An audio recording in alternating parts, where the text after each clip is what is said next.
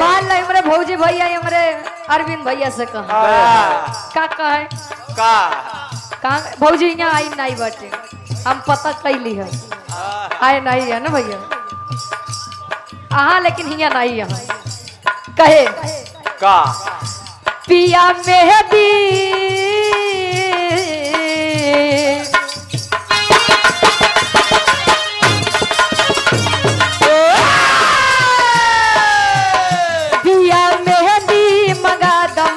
झील से जाके साइकिल से ना पिया मेहदी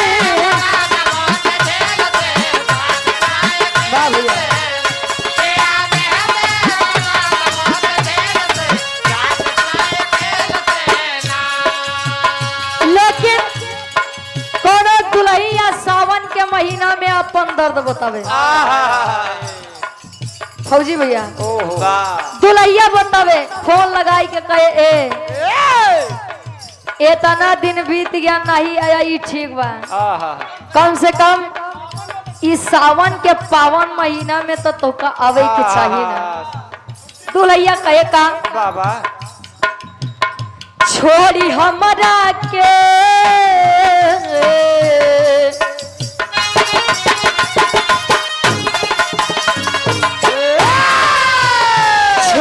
हमरा के गईला परदेश पिया होला बड़ कलेश पिया ना छोड़ी हमरा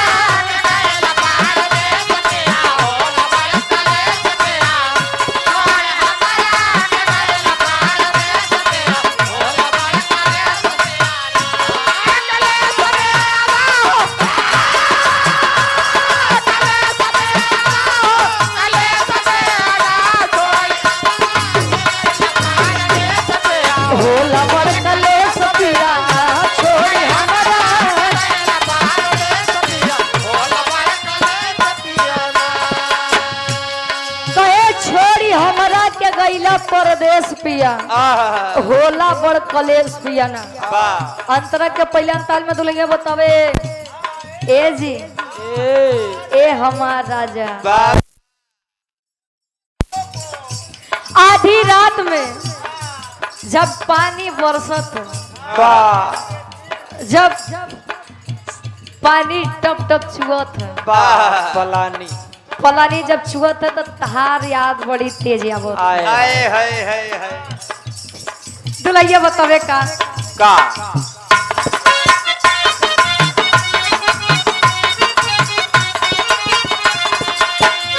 याद आवे तोहरी बोली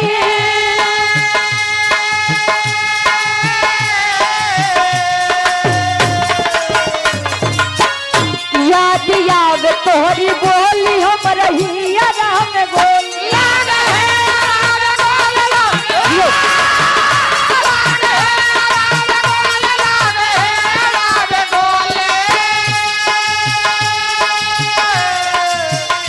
गोली गोली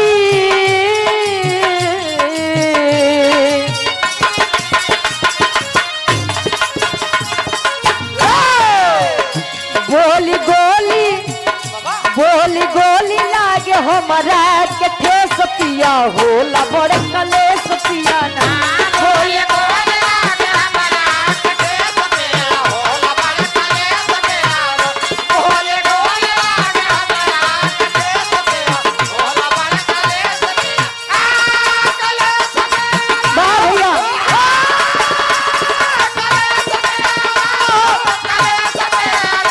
गोली गोली लागे हमारा के ठेस पिया होला बड़ कलेश पिया ना गोली गोली लागे हमारा के ठेस पिया होला बड़ कलेश पिया ना गोली गोली लागे हमारा के ठेस पिया होला बड़ कलेश पिया ना कहा जाता है कि गोली बर्दाश्त बा लेकिन अगर केहू बातें के बोली बोले ना बर्दाश्त ई नहीं बर्दाश्त हो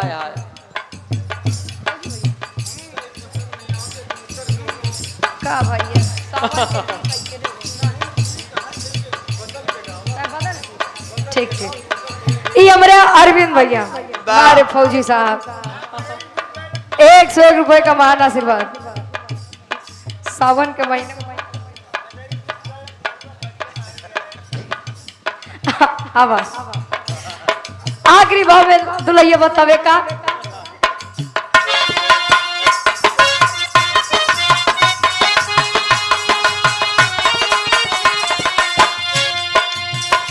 सुना नदी के भाई बात कही समझाई बात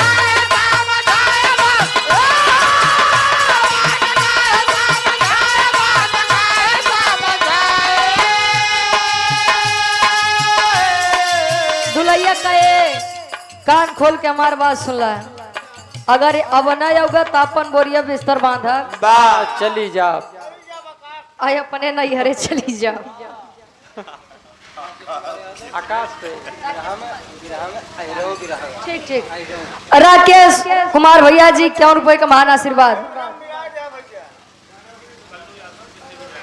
कल्लू यादव जेसीबी ड्राइवर 51 रुपए का महान आशीर्वाद और आप प्रयाग गंगा क्या प्रोपराइटर साहब धर्म के हमारे बड़े भैया आप आशीष यादव जी वाह बिरहा लोकगीत क्या बहुत सुंदर कलाकार है सुनिए प्रयाग गंगा स्टूडियो के आप मलिकार साहब वाह धर्म के हमारे बड़े भैया वाह आशीष यादव जी आपके द्वारा इस भाव को समझते हुए वाह 100 रुपए का महान आशीर्वाद दुल्हैया कहे ठीक बा वाह अगर अब की न आया तो तू जाना तो हर काम जाने कहे सुना नदी के भाई बात तो ही समझाई बात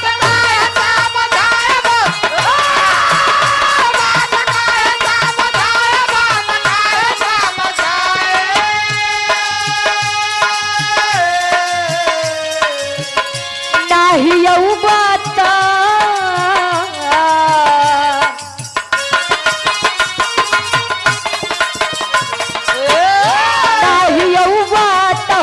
दुख विशेष पिया होला बड़े कलेश पिया ना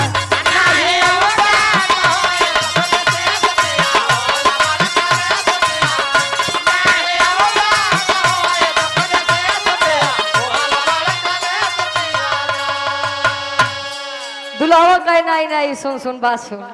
या सावन के महीना में हमें आऊ जरूर भैया देवों के देव महादेव जी के महीना चलत बा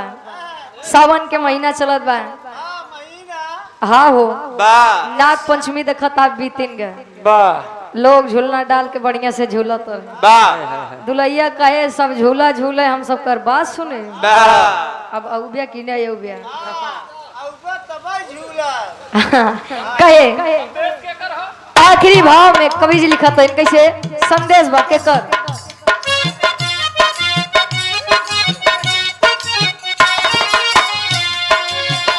गुरु बिहारी गुरु गणेश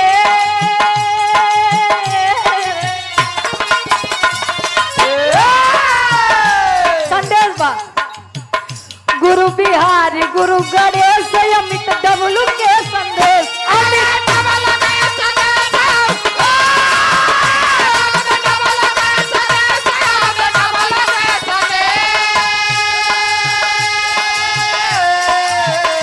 रुचि गावे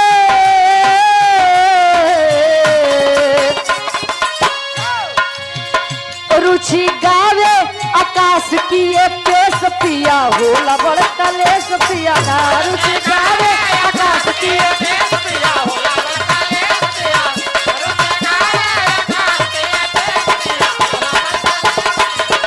रुचि गावे आकाश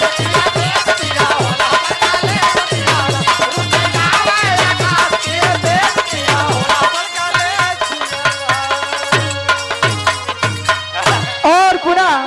गार्जियन जी आप धर्म के बड़े भाई आप सोनू यादव मास्टर साहब पुनः 101 रुपए का महान आशीर्वाद चरणों में कोट कोट नमन है आशीर्वाद के साथ रहे श्री दीप कुमार यादव जी आपके द्वारा 51 रुपए का महान आशीर्वाद के चाह रही कि बच्चे अपनी कला में कामयाब रहे वाह भैया ए भैया कजरी गीत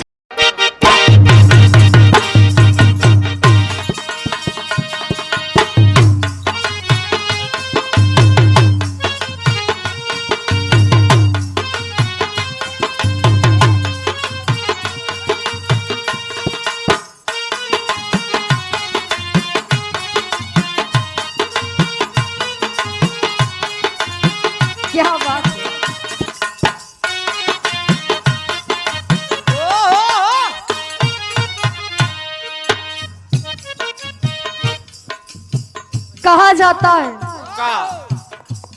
संसार में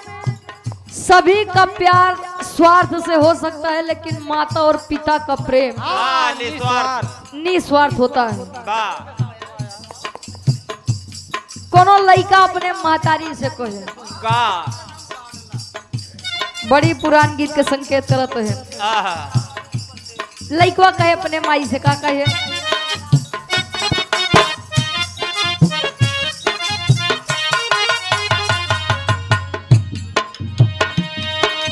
तेरी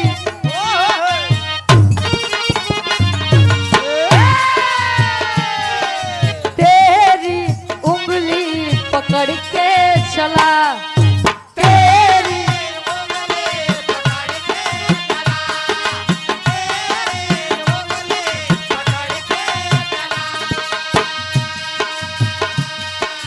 ममता के आंचल में पला,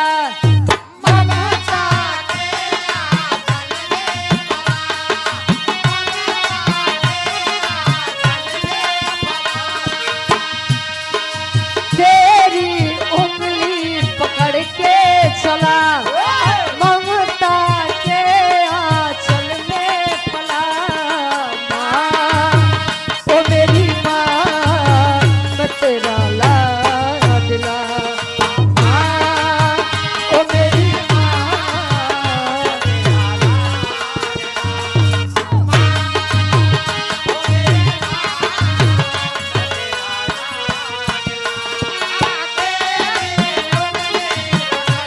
जियो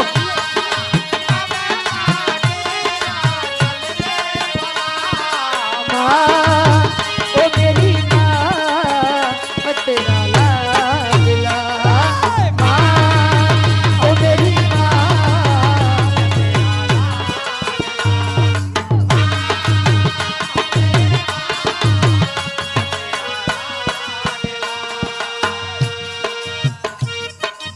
एक लाइन बड़ी बेजोड़ कहे, कहे अगर शाम हुई है तो सवेरा होगा जरूर, बाबा और अगर दुख आया है तो सुख आएगा जरूर। बाबा कहे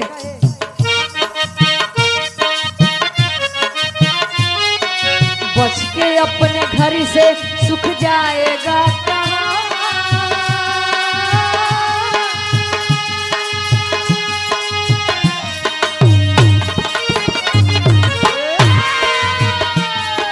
बच के अपने घर से सुख जाएगा कहाँ, बदलेगा नसीबा एक रोज मेरी माँ,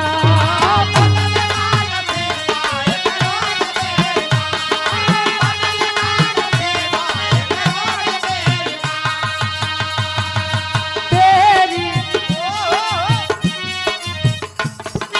तेरी उंगली पकड़ के चला,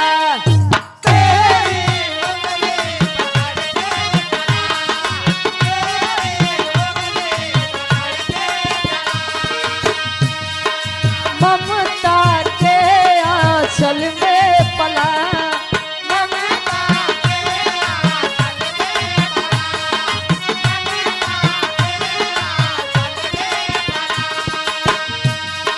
तेरी उंगली पकड़ के चला, ममता के आंचल में पला। माँ ओ मेरी माँ मैं तेरा लाडला, माँ ओ मेरी माँ जियो वाह।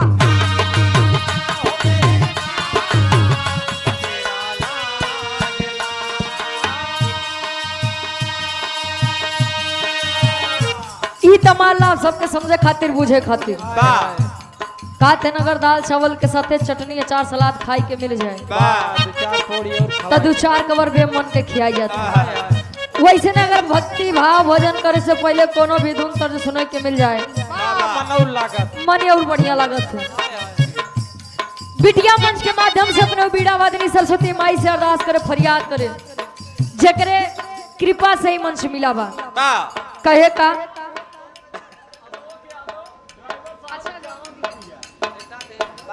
और पुनः आदरणीय हमारे धर्म के बड़े भाई हैं आप अशोक यादव ड्राइवर साहब प्रबल कपूरवा से। आप ड्राइवर साहब भैया जी के द्वारा इस भाव को समझते हुए 51 रुपए का महान आशीर्वाद। माई भगवती काम में दिन दुना रात चौना तरक्की दे कहे बिटिया कहे वाह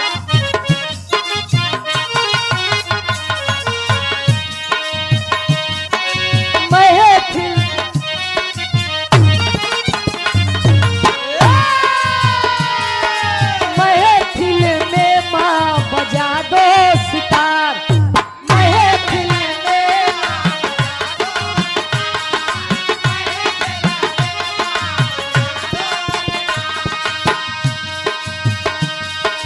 बेटी खड़ी है होके लाचार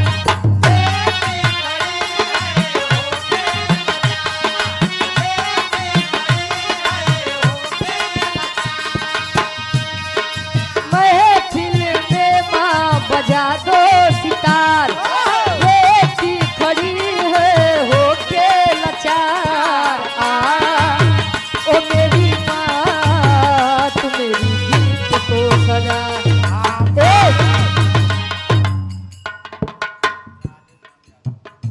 और ये आप गार्जियन जी आदरणीय परम सम्मानित राधे श्याम यादव जी 101 रुपए का महान आशीर्वाद चरणों में कोट कोट नमन है आशीर्वाद के चारे कहे ओ मेरी माँ तू मेरी गीत को सजा ओ मेरी माँ आवाए भवन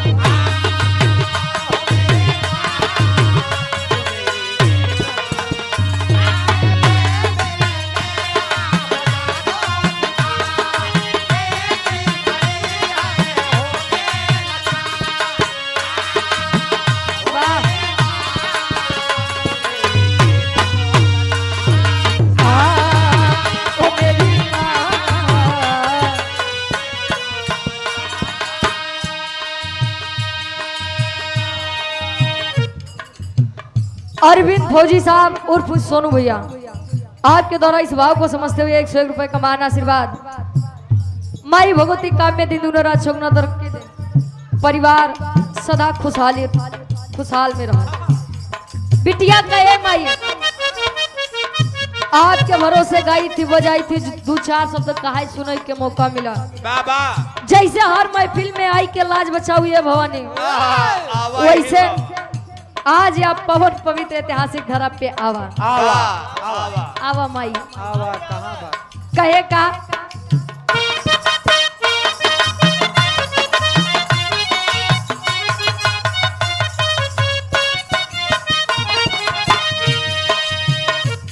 नैनों में भरे तीर मेरी तीर हरो माँ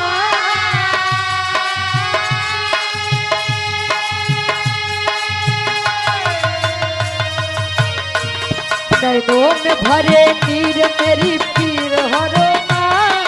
गम कना अंधेरा भव भीर हरो माँ गम कना हो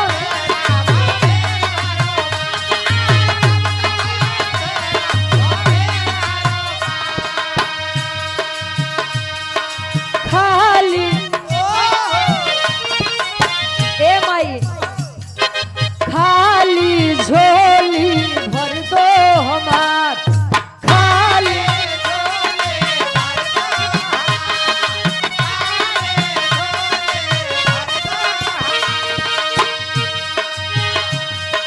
खाली झोली भर दो हमार आज रही हूँ तुझको पुकार ओ मेरी माँ तू मेरी गीत को सजा ओ मेरी माँ बाबा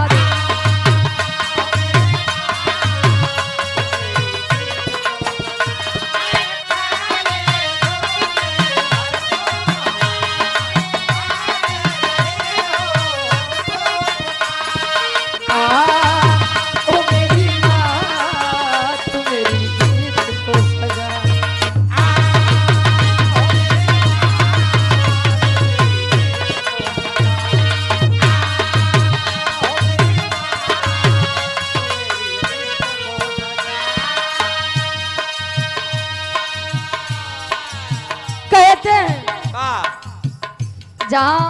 अंधेरा है वाह जरूरी नहीं कि अंधकार वही है। आहा अज्ञान रूपी अंधकार धीरे धीरे बढ़ रहा है। वाह जरूरत है तो आपके ज्ञान रूपी प्रकाश का। वाह वाह न स्वर के पता, न ताल के पता, न छंद के पता। वाह ए भैया, लेकिन मन में एक भाव है, मन में एक श्रद्धा है आपके प्रति। कहे का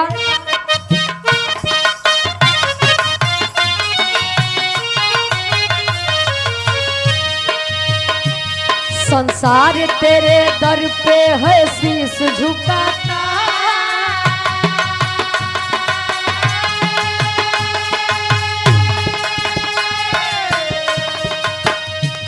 संसार तेरे दर पे है शीश झुकाता, जन्मों जन्म का अपन सदियों से है नाता।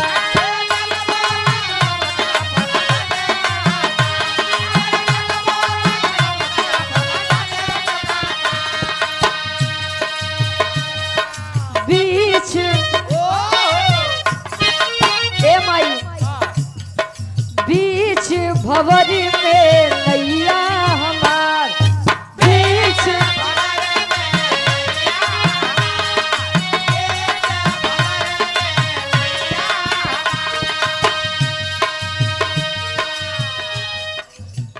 और आप आदरणीय परम सम्मानित धर्म के बड़े भैया अरविंद फौजी साहब उर्फी सोनू भैया 101 रुपए का महान आशीर्वाद। 100 में सबका नमस्ते प्रणाम स्वीकार हो। कहे बीच भंवरी में नैया हमार, बीच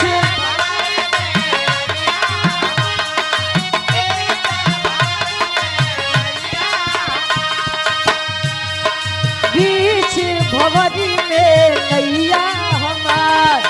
नैया के माँ बन पतवार आ, ओ मेरी माँ तू मेरी गीत को सजा आ, ओ मेरी माँ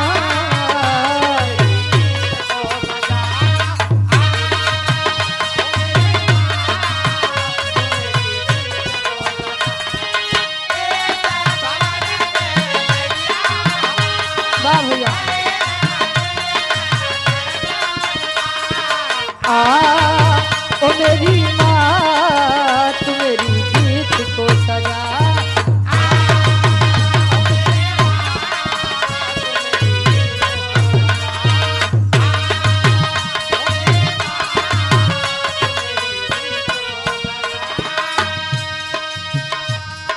कहते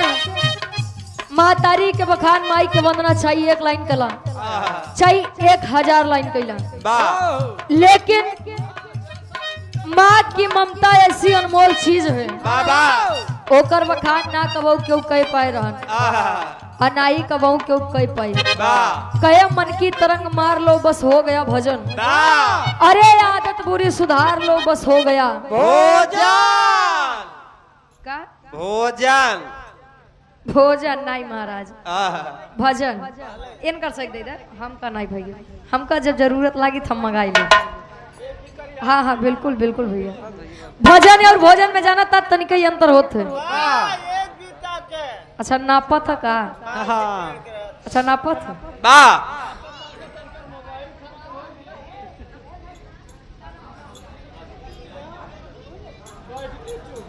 और आप आदरणीय गार्जियन जी जगदीश यादव जी छोटा सा मुन्ना आया है, वाह 51 रुपए का महान आशीर्वाद। आशीर्वाद दे लाख हम खुद नहीं ने, वाह जगह जगह हम खुद ही मांगी थी। आहा पढ़ लिख के अपने जिला जवार के नाम रोशन करा, अपने माई बाबू के नाम रोशन करा, वाह ईश्वर से ये कामना बा। ओहो और आप आदरणीय गार्जियन जी अरविंद यादव भैया जी और आप धर्म के बड़े भाई सोनू मास्टर जी वाह यानी गुरु जी के द्वारा इस भाव को समझते हुए 101 रुपए का महान आशीर्वाद। अब भोजन में जाना था मात्रा होती तार क्षमता 2 कचौड़ी के बाद 4 कचौड़ी खाई लिया ने वाह हाँ तो सीमित भजन बिना मात्रा के करा, भोजन मात्रा में करा। वाह यहाँ से बिटिया आखिरी बात में बतावे कि बिरहा जगत में कोने खानदान से ताल्लुकात रखत बा, ना कोने बाग के कली बा। अच्छा अरविंद भैया क्या दे दिए हैं? अच्छा विमलेश यादव फौजी साहब ही भैया जी के वही नहीं, हमारे बड़की वही नहीं। वाह जी जी, आप दीदी जी के द्वारा इस भाव को समझते हुए 101 रुपए का महान आशीर्वाद, आशीर्वाद के चारे के बच्चे अपनी कला में कामयाब रहे। वाह पूरा परिवार भाई फौजी में भर्ती बा भैया। ऐसे ने माई भगवती आपके काम में दिन रात चौगना तरक्की देत रहे। वाह कहे का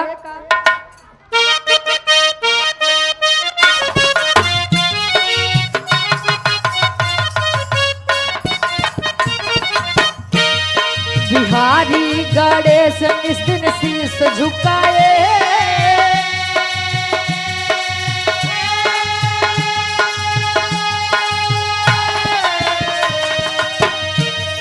बिहारी गणेश इस दिन शीश झुकाए,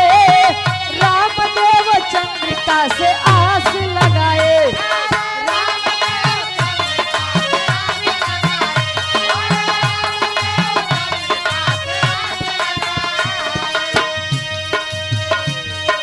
रुचि रुचि आकाश की यही है पुकार,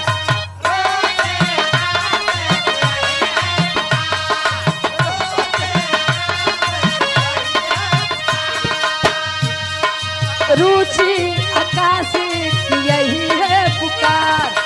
मिलता रहे माँ बस तेरा प्यार। अरे रुचि आकाश की यही है पुकार, मिलता रहे माँ बस तेरा प्यार। अरे ओ मेरी माँ